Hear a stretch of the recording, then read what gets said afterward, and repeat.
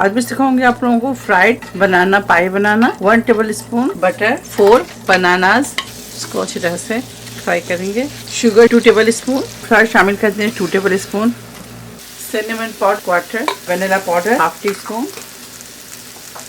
Flame of कर दें और इसे ठंडा करते हैं। बिल्कुल चपाती के जैसे बेल लें। देखिए इस तरह से प्याली रख दें। ये देखिए इस तरह से साइडों में पानी लगाएंगे। इस तरह से फोर्क के साथ दबा लें। प्लेट में मैदा डस्ट कर लें। चलिए इस तरह सारे बनाकर तैयार करते हैं और आपको दिखाते हैं। 2 अंडे को अच्छी तरह से बीट कर लें। बनाना पाई डाल दें। ब्रेड क्रम्ब में डालेंगे। इस तरह सारे बनाकर तैयार कर लेते हैं और आपको दिखाते हैं। मैं ऐसे घी में फ्राई कर रही हूँ, आप चाहे तो ऑयल में भी फ्राई कर सकते हैं। फ्लिप करेंगे।